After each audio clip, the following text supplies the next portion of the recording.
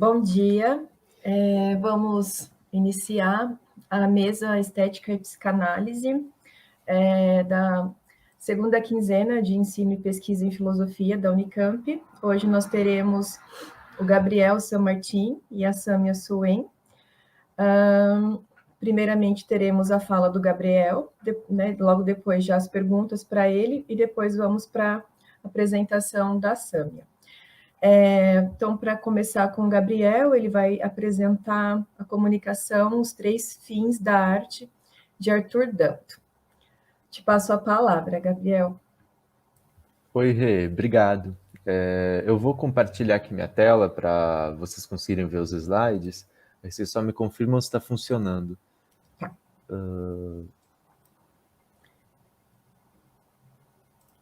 Um segundo. E lembrando que o Gabriel é orientando da professora Thaisa Palhares, aqui do nosso Departamento de Filosofia, da Unicamp. Tá, minha tela está aparecendo? Tá. Então, maravilha. Eu só vou ficar, então, sem conseguir ver vocês, mas aí, nesse caso, qualquer coisa, se precisar me dar algum aviso ou coisa assim, só fala pelo microfone e não pelo chat, que eu não vou conseguir ver. Maravilha. Então, pessoal, eu vou apresentar a comunicação Os Três Fins da Arte de Arthur Danto, que é um tema decorrente da minha pesquisa. Agora eu comecei minha segunda iniciação científica com a professora Thaisa Palhares nesse tema, e a gente trabalha particularmente com a crítica de arte do Arthur Danto. Mas nessa primeira etapa da pesquisa agora pela qual a gente está passando, toda a questão está centrada no fim da arte dele, que vai ser fundamental para toda a questão do desenvolvimento da crítica de arte. Então, essa comunicação ela tem por pretensão fundamental abordar a complexidade que abarca esse fenômeno do fim da arte. Que, embora ele tenha sido tratado muitas vezes como uma coisa só, e até o Danto chega a tratar ele com certa noção de que é uma coisa só, ele abarca uma infinitude de coisas. E não é coincidência numa teoria que foi desenvolvida ao longo de 29 anos. Ele desenvolveu por muito tempo essa teoria do fim da arte, embora tenha feito isso de forma sutil em muitos dos seus textos, mas em cada artigo, assim, depois de 1984, ele, na grande maioria, discutia brevemente essa questão do fim da arte em algum momento. Em primeiro lugar, acho que é importante dizer que o fim da arte ele não é uma coisa com um fim em si mesmo, né? O fim da arte, na verdade, a ideia de discutir a história da arte e esse desenvolvimento da arte contemporânea no Danto, ele é decorrente de uma discussão, né, dentro do sistema filosófico do Danto com um outro filósofo chamado Maurice Weitz. O Maurice Weitz ele tem um artigo publicado em 1956 que se chama The Role of Theory in Aesthetics.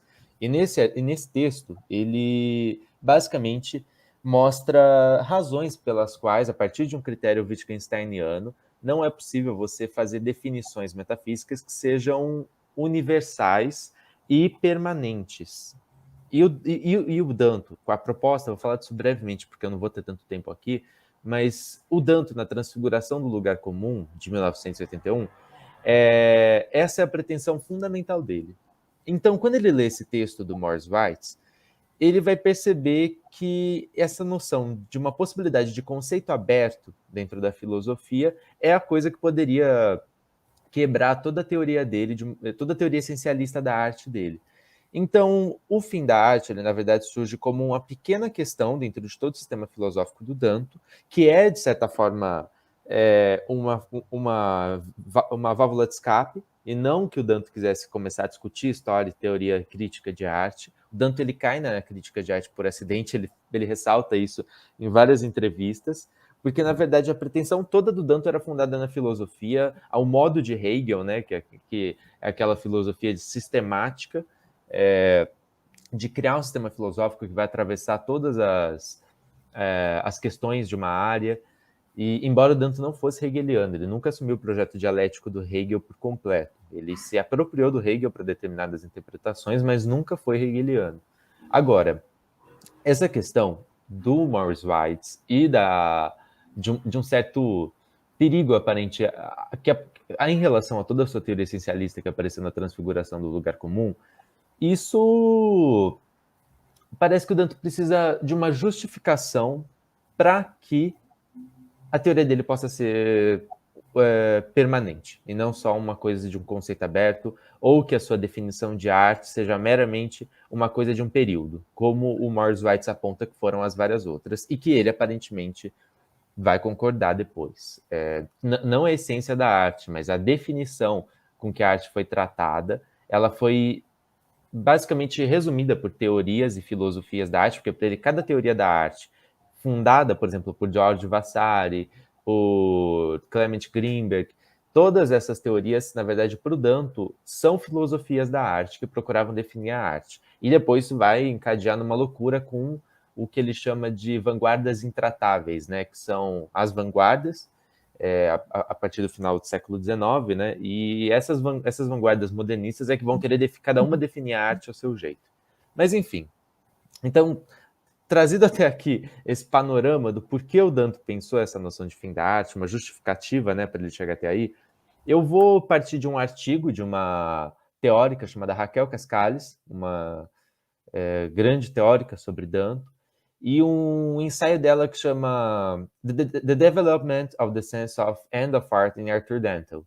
Nesse artigo, ela vai enumerar 3 possibilidades de interpretação do conceito de fim da arte, que são o conceito hegeliano, que consiste em tratar uma emancipação da filosofia, da arte sobre a filosofia, o historiográfico, que consiste em tratar uma emancipação da arte sobre a história da arte, e, por fim, o sentido pós-modernista, que consiste em tratar a inauguração de um novo período na história, que seria o período pós-histórico. Danto nunca chama ele de pós-modernista. Danto recusa essa definição de pós-modernista.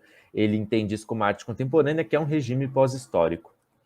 Então, acho que, em primeiro lugar, todas as 3 definições são decorrentes dessa figurinha aqui, que é a Brillo Box, do Andy Warhol. A Brillo Box foi uma obra, né, do Andy Warhol de 1964, que foi exposta na Stable Gallery, e o Danto foi nessa exposição na Stable Gallery e ficou fascinado pelo que ele estava vendo à frente dele. Para ele, abriu a box, isso já em 1964 mesmo, quando ele publica The Art World, em que ele tromba com essas peças e ele percebe que elas inauguram um problema de indiscerníveis na arte, que ele vai chamar. E esse problema de indiscerníveis na arte consiste basicamente em fazer a pergunta sobre a definição de arte de forma distinta de como ela foi feita até aquele momento. Se a pergunta sobre o que é arte até então foi feita o que é arte, agora essa pergunta vai ser feita nos moldes de por que as caixas da galeria da Stable Gallery são arte ao passo que as do supermercado não, sendo que elas são visualmente iguais. Então, se elas são visualmente iguais, afinal, qual é o critério para apontar uma enquanto arte e a segunda não? Para o Danto, significaria que o critério não é visual, o critério é metafísico. Até então, esses critérios foram tratados como visuais, desde Giorgio Vasari, mas com o Greenberg, isso vai permanecer, na verdade, com o Greenberg, isso vai permanecer com uma estética moderna, né? Mas depois, só com a arte contemporânea, que de uma estética materialista vai para uma estética de significado, que a coisa vai mudar, mas eu vou entrar nisso mais a fundo daqui a pouco. Bem, então, começando pelo sentido hegeliano, o Danto, em 1974, no ensaio The End of Art, que hoje está presente no livro O Descredenciamento Filosófico da Arte, né, o The Philosophical Disenfranchisement of Art, que nesse artigo, o Danto ele coloca uma conexão entre arte e pensamento, ou arte e filosofia, em que ele diz que a filosofia ela se aproxima a arte se aproxima da filosofia através de um processo de desenvolvimento de uma autoconsciência. Isso é diretamente ligado ao que o Hegel apresenta nos cursos de estética dele, relacionados ao fim da arte, mas mais ainda e muito mais com a noção de Hegel apresentada na fenomenologia do espírito com o Geist, o espírito. Então, o que acontece? O Danto ele tem uma noção muito particular do Hegel, porque, como eu falei, Danto não é um hegeliano, ele não está interessado pelo projeto dialético do Hegel. Ele está interessado em se apropriar da teoria do Hegel para fins justificativos da teoria da transfiguração do lugar comum, a teoria essencialista dele. Então, o que acontece? O Danto ele se apropria do Hegel no seguinte sentido. Ele pega essa noção do Geist, o desenvolvimento de autoconsciência filosófica dele, que encadearia numa liberdade, quando ele atingisse essa autoconsciência filosófica, ele aplica isso à arte. Então, a arte passa a ter um processo de desenvolvimento de autoconsciência filosófica desde que ela existe, e nisso, Andy Warhol seria a figura que finalmente constituiria essa autoconsciência completa da arte. Bem, isso é curioso, pelo fato de que Danton, em 1965, quando ele escreve o Analytical Philosophy of History, ele aponta para um problema nessas filosofias, e particularmente para a filosofia marxista, em que ele fala que são filosofias um pouco proféticas. São filosofias substantivas da história, nas palavras dele. Mas depois, em 1984, nesse ensaio, ele parece mudar de ideia. E quando ele aceita, é até curioso porque Marx e Hegel, né, e ele aceita bem o de Hegel, o realismo narrativo, né, do Hegel, que compra a ideia de existirem estruturas objetivas da história, e ele assinala a ideia de que, isso eu posso discutir melhor mais tarde, tem um texto muito bom, tanto da Débora Pazeto, para falar de textos nacionais, né, mas também tem um texto, um outro que chama Essentialism and Historicism, que discute especificamente essa questão do Dante, e é espetacular como é um processo mais complexo esse desenvolvimento na cabeça do Danto, de passagem das filosofias substantivas para o realismo narrativo na história, mas basicamente o Danto passa a comprar a ideia de que é possível ele fazer certa profecia de que nunca mais a arte vai mudar de período. E isso, ele tem uma justificativa para isso, que é o seguinte: a arte, a partir de da década de 1960, ela elabora a questão correta. Elabora a questão o que é a arte, mas de um modo muito peculiar, que é, como eu já disse, relacionado a diferenciar os objetos do mundo real em relação aos objetos do mundo da arte. Daí também que sai a terminologia, né? Mundo da arte, que hoje é tão famosa, né? É do Danto e do George Dixon, dois. O George Dixon também é um teórico norte-americano que dialogou muito com o Danto. Mas, então, o que acontece? A arte, quando ela faz essa questão, ela adquire um estatuto filosófico em que as preocupações dela passam a ser não mais em retratar a natureza ou em retratar os próprios meios, que para o Danto, quando Grinberg aponta para essa questão de retratar os próprios meios, da planaridade, das categorias da arte, serem reduzidas à sua própria essência, o Danto já acha que começa a ter um pé de filosofia que vai diferenciar muito do que foi a narrativa do Vasari, né? E, no entanto, isso ainda é um critério materialista e perceptual. Então, quando a arte ela começa a atingir uma dimensão em que é conceitual, ela percebe que o que diferencia ela, a arte enquanto questão, é que ela é diferente da realidade. É simplesmente isso, não é um critério visual, mas é um critério metafísico. Então, aí que se torna possível a filosofia, a arte, ela se emancipar da filosofia, pelo fato de que ela se torna filosófica. Então, com a arte se tornando filosófica e passando a fundamentar toda uma questão de significado, ela deixa de precisar da filosofia fundamentalmente de teorias da arte para ser definida. Então, ela adquire essa liberdade hegeliana e tudo passa a poder ser arte. Então, aquela coisa platônica da arte enquanto mimesis, da arte da arte precisar imitar o mundo, né? Para ele ser rompido só em 1960 por completo. Se a arte abstrata começa esse processo, isso só vai desencadear mesmo numa negação da representação, dessa perceptualidade, para ir para uma dimensão conceitual e discutir filosoficamente a arte a partir do pop. Que é uma visão super norte-americanizada, né, da história da arte, né? Mas, enfim, a gente pode entrar nisso depois. Aqui eu vou colocar no final de cada um desses takes, né, em que eu apresento um dos sentidos do fim da arte, eu vou colocar uma citação que eu acho que é dessas citações mais esclarecedoras em relação ao pensamento de Danto, particularmente sobre essa questão. E aqui sobre o sentido hegeliano, o Danto afirma que, in turning to philosophy, one might say that art had come to a certain natural end. Então, ao se transformar em filosofia, alguém pode dizer que a arte chegou a um fim natural. Bem, aqui eu acho que tudo que eu falei se resume em um período, né? Porque essa transformação da arte em filosofia, esse processo de desenvolvimento de uma autoconsciência filosófica, é que encadearia nesse fim dela decorrente de ela ter se transformado em filosofia. Daquela coisa mesmo da passagem da arte, depois a religião, e finalmente a filosofia, né, do Hegel.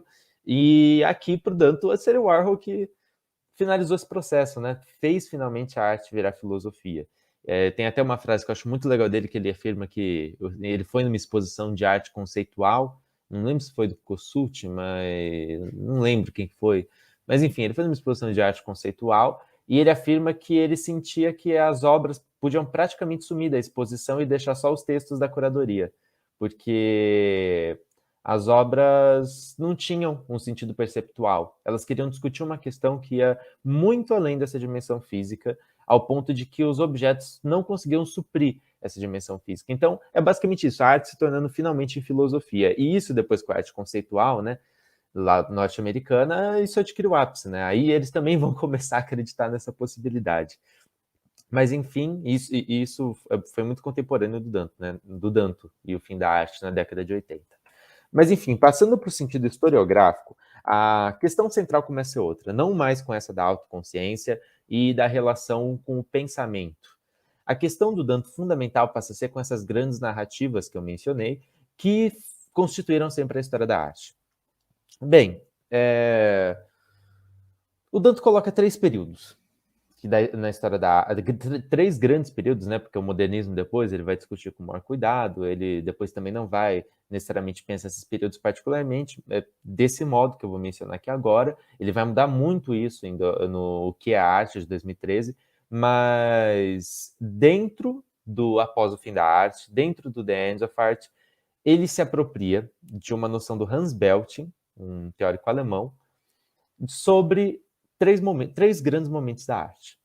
Para o Dante e para o Belting, esses 3 grandes momentos são o momento pré-arte, o momento da arte e o momento pós-arte. O momento pré-arte é aquilo que antecedeu a Renascença, ou seja, que antecedeu o 480 de 1400, né?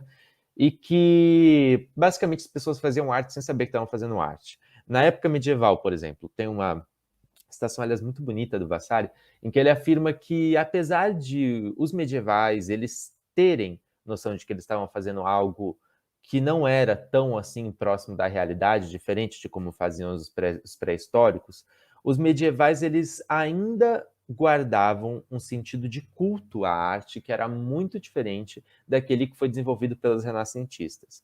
Então, por exemplo, a importância que se dava ao artista, em particular, era muito diferente da que foi dada aos renascentistas. E essa importância dada ao artista enquanto uma figura mesmo, uma figura intelectual e tudo mais, começa no renascentismo com a publicação do Vida de Artistas, né, do Giorgio Vasari. Então, com a publicação desse livro do Vasari, supostamente começaria o período da arte, e que as pessoas estariam fazendo arte com pretensão de fazer arte propriamente dita. E com essa pretensão sendo inaugurada, tudo isso permaneceria ainda com um diálogo com a mimesis platônica, né? E permaneceria, passaria pelo período clássico, tudo chegaria no moderno, e chegando no modernismo, ocorreria uma pequena ruptura em que a arte finalmente começaria a se tornar um pouco mais filosófica, de se tornar finalmente arte abstrata e tender à abstração e discutir os próprios meios, que é a questão da crítica do Grinberg, né? Então já vai ter uma discussão mais kantiana, enfim, já tem essa dimensão. Mas o Danto acredita que ainda o Grinberg reside numa estética materialista. Então o que acontece? Depois de 1400, quando entra na narrativa do Vasari, chega do Grinberg, a gente fica numa estética materialista. Mas a partir de 1960, com a inauguração da pop art, que para ele foi o grande interlocutor, o Andy Warhol, né, inaugura assim, uma estética do significado. Essa estética do significado significa o quê, basicamente? A estética do significado significa o quê? Significa que, basicamente, se percebeu que o critério da arte não é material ou perceptual. Então, uma estética materialista não era possível, mas que, na verdade, havia uma necessidade, uma demanda por uma estética do significado que pensasse a arte filosoficamente. E nesse momento que a arte adquire aquela liberdade que eu mencionei no slide anterior, então fica impossível de fechar ela essas narrativas da teoria da arte. essas metanarrativas da teoria da arte, que coloca a arte em narrativas mega estruturadas de, por exemplo, a arte deve imitar a natureza, a arte deve reduzir aos seus próprios meios. Enfim, coisa assim, essas pequenas questões, depois na vanguarda, né, que aí a coisa pega. Tudo isso não vai mais ser possível quando a arte se emancipa da história da arte. Então, apesar de haver narrativas, elas são pequenas, são narrativas que, por exemplo, vai envolver o próprio artista, pequenos grupos, mas que não vai ser uma grande história da arte sendo coordenada por um grupinho. Aí que o Danto vai dizer que aquela noção hegeliana de além dos limites da história, então, por exemplo, para o Hegel, a arte japonesa, a arte chinesa, eram todas coisas além do limite da história, o Danto vai concordar que isso acontecia até o modernismo, né? De novo com a visão ocidental, super ocidentalizada dele. Mas ele acredita que com a arte contemporânea, esses limites da história são rompidos. E com o rompimento desses limites da história, aí finalmente não existe mais possibilidade de colocar tudo numa metanarrativa superestruturada. Vão existir apenas pequenas narrativas. Então, uma história da arte, não necessariamente uma história da arte, né? Ele diz isso, mas que é a história da arte, mas se for para pegar um sentido mais literal, na verdade, a história da arte como ela foi estruturada até então. Essa história da arte não é mais possível. Então, esse é o sentido historiográfico. Até aqui a gente tem, então, o rompimento de duas questões, da filosofia e da história da arte, feitos por Andy Warhol em 1960. Então, aqui é de novo uma citação de que tudo o que alguém pode prever é que vai haver nenhuma narrativa de direção. Nenhuma direção narrativa. Tudo que alguém pode prever é que não vai haver nenhuma direção narrativa. Isso é o que eu quero dizer com o fim da arte. Então, basicamente, o que ele está dizendo aqui é um resumo, de novo, de tudo aquilo que eu falei, de que em 1960, depois da exposição das Brillo Boxes do Andy Warhol, tudo que se podia dizer é que não haveria mais direção, entendeu? Específica da arte. Basicamente, tudo poderia ser arte. Ele faz uma elucidação, né, através do conceito de fim da história do Marx, né? E ele fala que para o Marx, no socialismo, todos os trabalhadores têm a liberdade completa, ao passo que o trabalhador poderia ser pescador durante o dia, e poderia ser intelectual durante a noite, e operário durante a tarde. Então, ele pega isso e fala que a mesma coisa aconteceu com os artistas. Os artistas, ao atingirem o fim da história da arte, eles poderiam fazer pop art durante o dia, fazer expressionismo abstrato durante a noite e terminar e durante a tarde fazer um impressionismo, entendeu? Então, com essa liberdade do artista, para ele é que finalmente chegaria ao fim da arte no sentido historiográfico. E, por fim, a gente chega ao sentido pós-moderno. O sentido pós-moderno do Danto, ele tem a ideia de que a arte atingiu uma nova era em 1960. Essa nova era é o que eu chamei anteriormente de era pós-histórica, quando eu estava falando dos 3 momentos da arte. Então, o que constitui fundamentalmente essa era pós-histórica? Basicamente, democratização e pluralismo. A arte não mais é um objeto que está sob a rege das leis históricas e filosóficas. Ela agora, não tendo mais teoria e critério para ser julgada, ou seja, a crítica de arte não tem mais um critério específico e decorrente de uma teoria específica da arte para julgar o que é bom e o que é ruim, o que deve ser feito, o que não deve ser feito, o que é arte, o que não deve ser arte. Então, basicamente, quando chega esse momento, começa um novo período na história da arte. Então, se na primeira definição, no primeiro sentido, a arte se livra da filosofia, no segundo, ela se livra da história da arte, agora no terceiro, Danto fala de uma inauguração de uma nova era, não um novo período, é uma nova era na história da arte, que é a era pós-histórica, a era depois da história, né?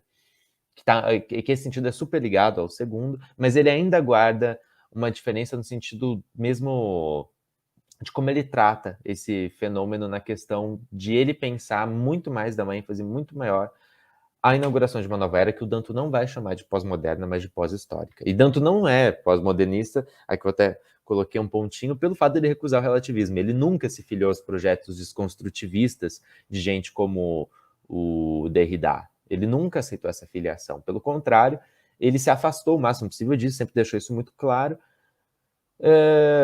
no sentido de que ele sempre foi essencialista nas definições dele. Então, as definições não são fluidas, elas são muito claras e estruturais durante a história.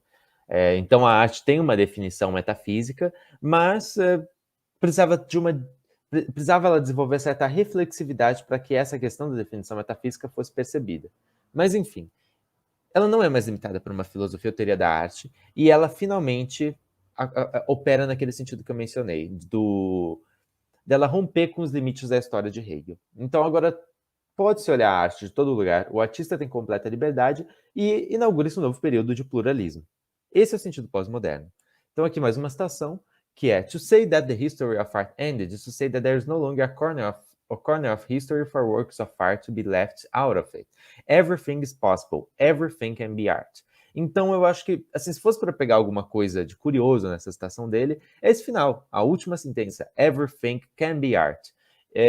Muita gente interpretou o Danto errado no sentido de entender no que ele queria dizer que everything is art. Mas não, o Danto, na verdade, ele diz que everything can be art, tudo pode ser. Então, se eu tenho esse lápis e eu quero dizer, e eu falo que tudo pode ser arte, eu estou dizendo que esse lápis ele tem a potencialidade de se tornar arte, porque o critério da arte não é visual.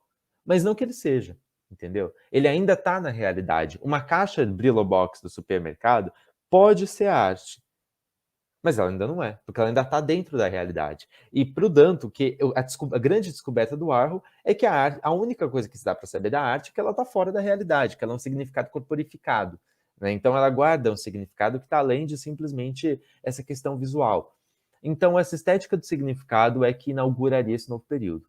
Mas enfim, esses são os 3 sentidos que eu quis apresentar aqui sobre o que é o fim da arte para o Danto, que vai além de simplesmente acreditar que o Danto entra em contradição, ou ele falar que o fim da arte uma hora é uma coisa, outra hora é outra, outra hora é outra.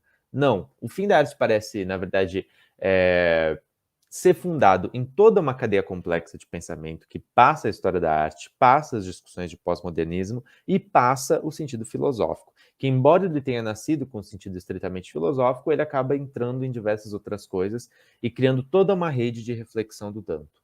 Bem, eu acho que isso é muito esclarecedor, isso é um pensamento, de novo, eu esclareço que é da Raquel Cascales, uma pensadora, especialista em Danto, e que é muito esclarecedor para pensar em que consiste o fim da arte dantiano. E perceber que, na verdade, não é uma coisa que entra em contradição com si mesmo. O fim da arte do Danto, ele é realmente uma coisa ampla e que vai abranger uma imensa quantidade de coisas. E por isso ele vai falar do fim da arte de forma distinta em ensaios distintos. É um fenômeno elaborado pelo autor durante 30 anos, praticamente, e que se foi elaborado enquanto escrito no decorrer de 30 anos, provavelmente ele já pensava sobre isso antes. Aparentemente ele pensava isso desde 1964. Então, quando ele entrou na Stable Gallery, ele fala isso nos livros dele. Então, é um fenômeno que foi assim, propriamente pensado, embora não escrito pelo Danto, durante quase 50 anos. Então, uma coisa dessa categoria, óbvio, que acabaria atravessando outras áreas que não só a filosofia, eu acho que é isso a grande novidade que a gente tem que começar a pensar quando for olhar o fim da arte do Danto. Enfim, acho que é isso que eu tinha para falar. Obrigado, pessoal.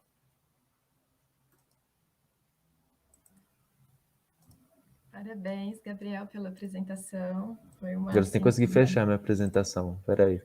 Aqui. Foi uma síntese muito bem feita. Será que nós temos já questões no chat?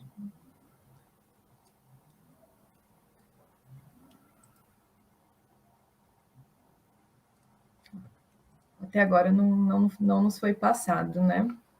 Uhum, eu estava aqui pensando sobre essa questão da reflexividade da arte, né? Então, se a gente pensar naqueles processos sobre os quais o Clement Greenberg tratou, né? A pintura que se volta para seus meios, né? E como que os pintores, de certa forma, foram esgotando essa linguagem, né?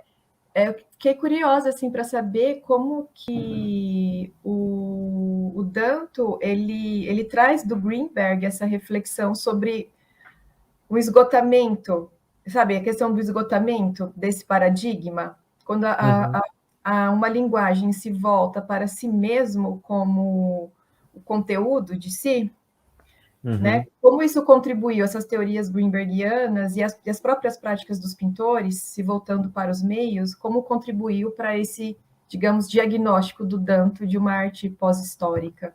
Daria para você falar um pouco mais sobre isso? Sim, sim. O Danto, na verdade, assim, tudo que ele entende por modernismo é baseado no que é apresentado pelo Clement Greenberg. Então, o que acontece? Quando o Danto fala sobre uma narrativa modernista, ele está falando sobre todo esse processo do Greenberg, de Manet e Courbet até o Pollock. Então, até o expressionismo abstrato, não só o Pollock, né? Mas então o que acontece? O Danto acredita que essa certa reflexividade começa a melhorar um pouco no Greenberg, no sentido de que o Greenberg, ao invés de entrar no critério platônico, que estava sendo até então feito de uma mimesis, né, o Greenberg ele cai em outro critério, que é um critério kantiano. Então, no momento em que o Greenberg ele começa a fazer a crítica da crítica, ele já começa a desenvolver algum sentido filosófico, porque para o Danto esse sentido filosófico da arte é o sentido de procurar a própria essência. Então, se até então a arte estava exclusivamente fechada à realidade, né, a querer apresentar a realidade enquanto tal, a tratar a arte como uma janela, né, para a realidade, então se a arte estava até então nessa questão, até porque agora eu acho que eu esqueci de mencionar durante a apresentação, mas o Danto ele até depois muda a ideia dele sobre propriamente isso em 2013, no ano que ele morreu, ele muda de ideia, ele naquele livro dele, O que é a Arte, em que ele coloca que não o Vasari, que inaugurou essa arte representativa da natureza a partir de uma perspectiva platônica no renascentismo, mas que quem fez isso foi o Leon Battista Alberti, que teria, com a metáfora dele da janela, do quadro enquanto janela, é que ele teria inaugurado esse período da arte. Então, o que acontece? Se do Alberti até o Courbet e o Manet havia sido feito só uma arte nesse sentido, ele acredita que o Greenberg vai começar a perceber esse processo de uma arte começando a criticar a si mesma. E com a arte criticando a si mesma, ela desenvolve um pouco mais de filosofia, mas essa filosofia que ela desenvolve ainda está reclusa a uma dimensão perceptual, a uma estética materialista. Então, se ela ainda está reclusa a uma estética materialista, em detrimento dessa estética do significado, ela ainda não se tornou filosofia, mas ela começa a se aproximar disso, entendeu? Então, eu acho que assim, essa é a grande questão dele para dizer que existe uma certa reflexividade, já uma autoconsciência sendo desenvolvida no Greenberg. Então, essa autoconsciência do Greenberg ela é uma autoconsciência da arte sobre os seus próprios meios. Então, da pintura, ela se torna pintura e se afasta da literatura, porque se até então a pintura havia sido feita sempre, porque para o Greenberg a arte, até Manet, sofreu toda uma hierarquia, né, que existia a grande arte, as artes secundárias, e até então a grande arte, até o modernismo, havia sido a literatura. Então, se a literatura que havia predominado, então, por exemplo, a pintura retrataria cenas literárias no intuito de apresentar a literatura através dela. Então, esse processo de purificação que o Greenberg aponta da planaridade da arte, né, de que a pintura seria purificada às questões da bidimensionalidade, a escultura, as questões de volume, de ficar em pé, né? Porque qual a grande questão da escultura, né? A grande questão da escultura é ficar em pé. Então, o Greenberg, a grande questão aquela cairia seria essa redução. Minimalista é um termo perigoso, né? Porque é um termo já muito impregnado, mas minimalista em sentido literal, e não minimalista no sentido do Donald Judge ou do Saul Lewitt, mas no sentido minimalista literal, de reduzir a estrutura mínima do seu tipo, né? Então, isso já representaria para o Danto uma questão de filosofar sobre os seus próprios meios, mas ela ainda não iria refletir sobre a sua essência. Aí que entra essa questão que eu falei da estética materialista para a estética do significado. E eu demorei para ler esse conceito do Danto, estética do significado, porque eu encontrei ele pela primeira vez numa entrevista. Eu acho que ele é muito esclarecedor do pensamento do Danto, assim, sobre o que é essa passagem, entendeu? Eu acho que é muito, muito claro, de uma dimensão perceptual para uma dimensão metafísica. Mas acho que é isso, eu não sei se eu fui claro ou se respondeu em alguma medida a sua pergunta. Não, responde sim, porque eu fico pensando, né? No Renascimento, os artistas também se voltaram para um questionamento do estatuto ontológico da arte, digamos assim, né? Se a arte não é mais artesanato, né? A arte é uma coisa diferente, é especial, assim, no sentido de, né, tem uma especificidade que os objetos de arte se distinguem, né? E dos objetos comuns e a prática do artista também, mas então, nessa questão aí, se a gente pensa nessa arte que muda de estatuto, mas ela continua como perceptual, então é aí que para o Danto o Renascimento ele não poderia, né, ser colocado como um divisor nesse sentido que ele coloca, né? Tá? É uma reflexividade, né, da arte, mas não nesse sentido que acontece só nos anos 60. A reflexividade da arte do renascentismo é, na verdade, uma reflexividade de se identificar como arte, né? Porque até então, por exemplo, aqueles murais de igrejas, ou enfim, toda aquela arte, aquelas iluminuras, né, nos livros de arte medieval, na verdade não existia livros de arte medieval, acho, né? Era livros em que tinha arte medieval contida, eram livros católicos e que tinha arte medieval contida. Naqueles livros, para o Danto, não tinha uma proposta assim propriamente dita de ser arte. Na verdade, aquilo para ele era assim ilustrações mesmo de questões religiosas, de questões da literatura religiosa. Então, assim, tinha essa busca por representar as coisas, mas ainda não era com a ideia de assim, eu sou um artista, eu sou um intelectual, eu estou querendo discutir alguma coisa propriamente dita a partir de uma obra de arte. Não tinha esse propósito. E para ele, assim, o que a princípio é o Vasari e depois o Alberti, mas eu acho que afinal que de novo aquilo que a gente até conversou ontem, de que o Dante ele quer colocar as coisas muito em caixinhas, muito fechadas. Então, por exemplo, aqui a gente tem o não arte, aqui a gente tem a arte. Bate nesse, pum, começou um novo período. E não é bem assim. Então, eu acho que assim, tanto o Alberti quanto o Vasari, nesse pensamento dele, poderiam ter um espaço muito bem dado, né? Para dizer que eles foram figuras importantes para a arte ser reconhecida enquanto tal, né? Mas eu acho que a novidade, acho não, a novidade do renascentismo para ele é exatamente essa, assim, que agora a arte se reconhece enquanto tal e os artistas se reconhecem enquanto artistas. E isso é do Hans Belting. Assim, isso ele pega, ele se apropria total do fim da história da arte do Hans Belting, que é mais sutil, né? Primeiro que o Hans Belting não fala de um fim da arte, ele fala de um fim da história da arte, e como uma pergunta, né? E não como uma resposta. Tem uma interrogação no final do Hans Belting, então ele é mais sutil que o Danto. Aliás, não é à toa que o Danto caíram muito mais em cima dele do que do Belting, né? O que acabou virando mesmo o espantalho de soco foi o Danto. Mas acho que é isso, sim. Se for falar desse sentido do renascentismo, é de inauguração do período da arte, em oposição ao que vinha antes, que era o período pré-arte, né? O conceito de arte ainda não existia enquanto tal, era artesanato. E a estratificação que você mencionou entre arte e artesanato é que vai elucidar, né? Aí que vai esclarecer a coisa toda. Obrigada. Acho que não temos mais questões. Você quer falar mais alguma coisa para encerrar? Não, acho que por mim estou satisfeito até aqui. Mas se tiver mais pergunta, pode fazer. Mas por mim, acho que já falei demais. Vocês já me aguentaram por muito tempo. Imagina.